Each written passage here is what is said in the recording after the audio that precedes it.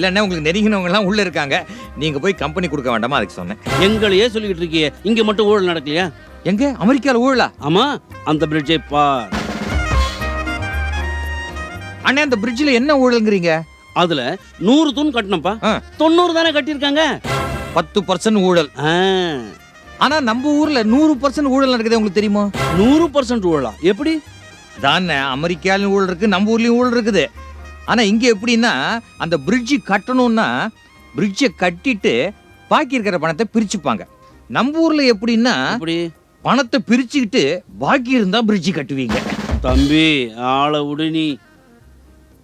போங்க, பின்னாடியே வருது சிபிஐ.